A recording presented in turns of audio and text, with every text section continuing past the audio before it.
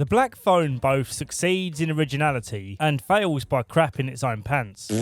What the hell does that even mean? Well, cast your mind back to the movie Sinister. Do you remember how that movie had some really effective horror in it? Like the home video scenes where you see the creepy man creature, often members of the family in very upsetting and disturbing ways. The scene where he ties up that family in the back of the car and then burns them alive.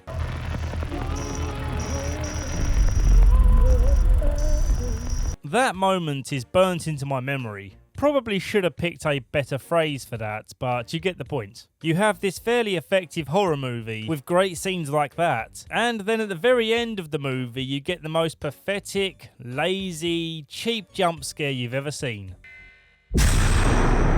I have similar feelings about this movie, The Black Phone, except this movie isn't nearly as memorable as Sinister, which is fascinating considering that it's directed by the same guy, and both movies star Ethan Hawke. The Black Phone is a simple kidnapping story, and if it didn't have the supernatural aspect to it, you'd say you've seen this movie plot a million times before. But for me, the supernatural element was as much the movie's weakness as it was its strength. It was a really interesting idea to have this mysterious black phone that keeps ringing despite it being disconnected. And I guess slight spoiler warning here, the only person who can use this phone is the kidnapped kid, because he's able to use this phone to talk to the ghosts of previous victims, which is a great idea, but then we see the kid's ghosts in the room anyway, and at the same time as they're talking on the phone.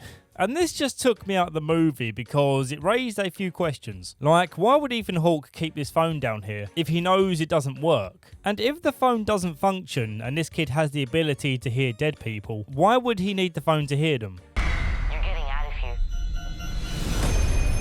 And the most frustrating question mark I had hanging over my head as I left the cinema was around the significance of this phone to the villain and his crimes. The movie is called The Black Phone, and aside from the kidnapped kid being able to use it, we learn nothing about this phone's connection to the greater story. Now, don't get me wrong, I do like mysteries. It's cool when movies don't give away everything and leave you guessing about certain details, but for this I just needed that little bit more to be satisfied. I needed more of a justification for why this phone is down here. It's just a cool idea for a movie that feels like it has no weight behind it. I did find myself enjoying the movie overall. I was never bored, and for the first 15 minutes or so, I was definitely leaning more towards the 7 out of 10 territory. The 70s visual style with authentic looking sets and props clearly took a lot of work, and the original opening score by Mark Corvin was very unsettling and intense. I loved it. Speaking of music, there was a really surprising appearance of the song On the Run by Pink Floyd. It was used appropriately in the suspenseful scene at the movie's climax, and it was just a perfect song choice.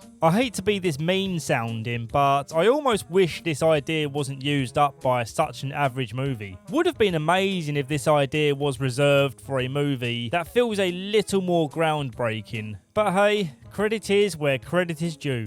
Aside from all of this, the movie's biggest downfall for me is that it just isn't scary. Not one bit. And I refuse to be influenced by jump scares. Jump scares aren't scary. They're manipulative. In the same way that a balloon bursting in your face startles you. It's a cheap trick and I hate it. With all of that said, I'm definitely going to be checking out future movies from Scott Derrickson, because for me it's fascinating to keep experiencing this conflicting feeling of liking the movie but then assessing the movie to fail in certain ways. And I just enjoy airing my views on the reasons why I believe this to be the case. The Black Phone gets a 5.5 out of 10.